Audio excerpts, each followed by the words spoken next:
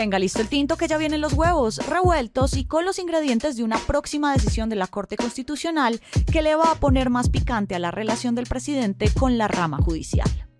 Desde la redacción de La Silla Vacía, soy Tatiana Duque. Es lunes 20 de mayo. Esta semana la Corte Constitucional definirá si acepta una petición del gobierno de aplazar una sentencia de un fallo que tumbó un artículo clave en la reforma tributaria que le restó al gobierno 6.7 billones de pesos. La decisión de la Corte depende en buena medida de la defensa que hizo el ministro de Hacienda, Ricardo Bonilla, y en la sustentación ante los magistrados no le fue nada bien. El ministro no pudo concretar cosas clave como por qué la sentencia era la directa responsable del hueco financiero en el plan del gobierno. Y ese es el precedente con el que esta semana la Corte va a tomar una decisión que va a impactar además en las ya tensas relaciones del gobierno con ese tribunal. Hoy hablamos de la situación adentro de la Corte y qué puede decidir con Mariana Zapata, la reportera en temas judiciales de La Silla Vacía. Gracias por pasar por acá. A ti, Tati, por tenerme acá nuevamente. El bollo de este tema arranca porque la Corte Constitucional dijo que un artículo de la reforma tributaria que aprobaron en 2022 era inconstitucional. ¿Qué pasó? Pues, Tati, muchos abogados tributaristas demandaron esta norma de la reforma tributaria del gobierno y la norma lo que decía es que si tú eres minera o petrolera, no me puedes restar del impuesto de la renta que pagas lo que le pagas al Estado de regalías. Eso es clave porque el impuesto de renta lo que te cobra a ti son lo que ganas en tu actividad productora. Pero obvio, tú tienes la posibilidad de restarle esas cosas que necesitas hacer para ganarte la plata. Por ejemplo, si soy panadera, pago mi impuesto sobre la renta que me gano, pero me dejan restarle lo que yo gasto en comprar insumos para hacer el pan, porque pues eso no es plata que me entra a mí, sino gastos propios de lo que produzco. Los demandantes de esa norma lo que decían es que el pago de las regalías al Estado es un requisito para poder explotar los minerales. Entonces, ¿por qué las están obligando a pagar sobre una plata que salen a entregarle directamente al Estado? Además, decían que es plata que deben pagar para sacar petróleo y minerales. Entonces, pues en parte sí es un gasto propio de su actividad productiva que debería ser como deducible de ese gran impuesto que pagan. Entonces, la Corte decidió que los tributaristas tenían razón ahí. Exacto, tal cual.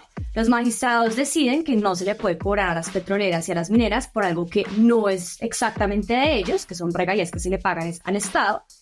Y pues el presidente tomó muy mal esa decisión. Acuérdate que hasta amenazó con reducirle el presupuesto a las cortes. Y luego dijo que por la decisión de la Corte no se iba a poder atender el gasto social. Entonces, digamos, esas reacciones de angustia por el tema presupuestal ya le anticiparon a la Corte que la siguiente decisión del gobierno iba a ser pedir un plazo para que empezaran a aplicar los efectos de tumbar esa norma más adelante, es decir, como si esa norma se tumbara ya después para poder alcanzar a recaudar más plata para gastar. Y en ese punto estamos ahora. El gobierno, a través del ministro de Hacienda, que es Ricardo Bonilla, hizo esa solicitud y se prevé que esta semana la Corte Constitucional decida si aplaza o no esos efectos de la decisión.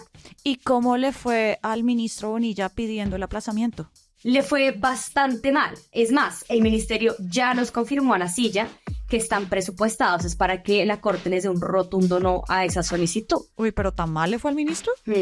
Y le fue mal porque ese aplazamiento, que se llama en idioma legal un incidente en pacto fiscal, tiene que cumplir con dos cosas clave para que la Corte lo acepte. Primero, tiene que demostrar que la decisión generó un hueco en el bolsillo, que ese hueco financiero es grave, pero además tiene que demostrar que fue la sentencia la que directamente ocasionó ese hueco. O sea, te darás cuenta que el impacto de la sentencia lo tiene que demostrar con hechos bastante puntuales. Y ninguna de esas cosas logró hacer el ministro en la audiencia.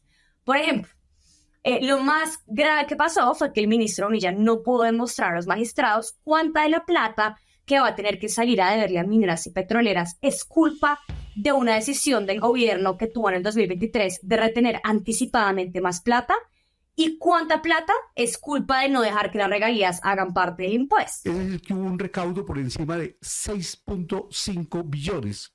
Y entonces la pregunta es, ¿ese no sería el decreto el generador del problema y no la sentencia? Y el otro ejemplo es de antología.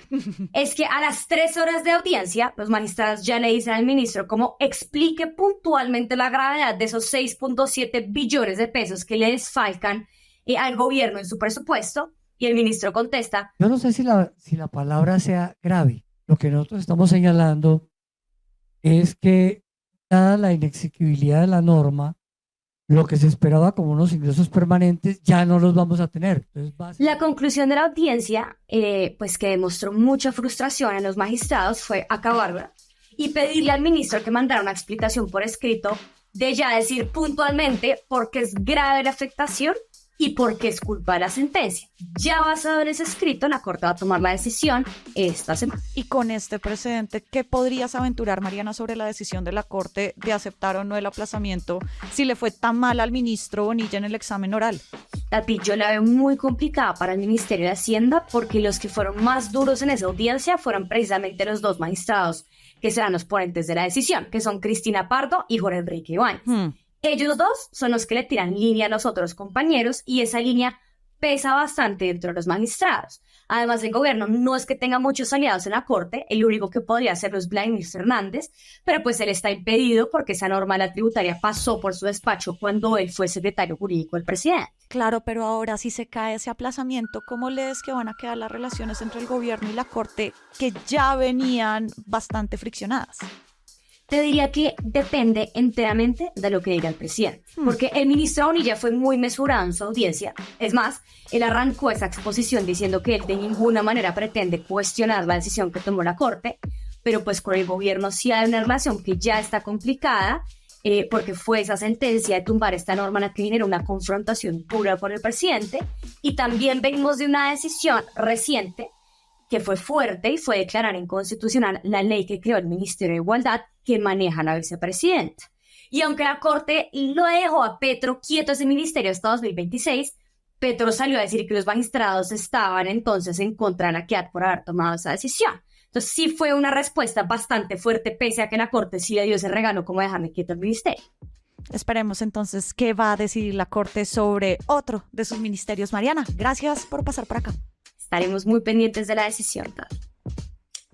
Esta semana arranca la discusión de la ponencia de la reforma pensional en tercer debate y la Cámara va a definir qué hacer con las corridas de toros en el país. Más movidas de poder van a estar en lasillavacía.com, en las redes y en el en vivo. Y por acá cada mañana va a estar servido su desayuno político favorito. Con la producción de Fernando Cruz y de Juanita Escobar, yo soy Tatiana Duque. Los huevos vuelven mañana.